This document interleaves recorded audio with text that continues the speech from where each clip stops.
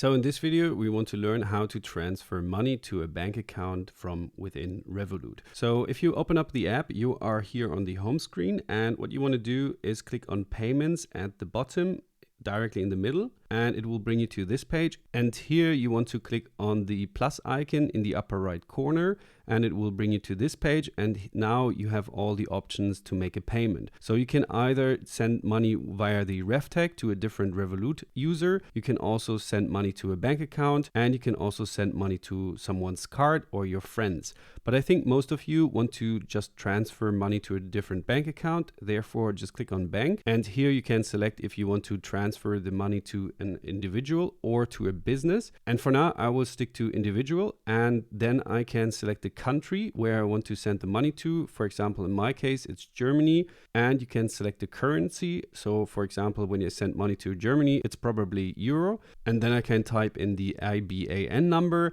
the first name and middle name of the person, and last but not least, the email address, which is optional, so the person gets a notification when I send money to him or her. And then you can add the recipient. Just a quick side note, if you're paying an invoice with a QR code, you can also click on the QR code icon and scan it, and it will automatically fill out the details for you.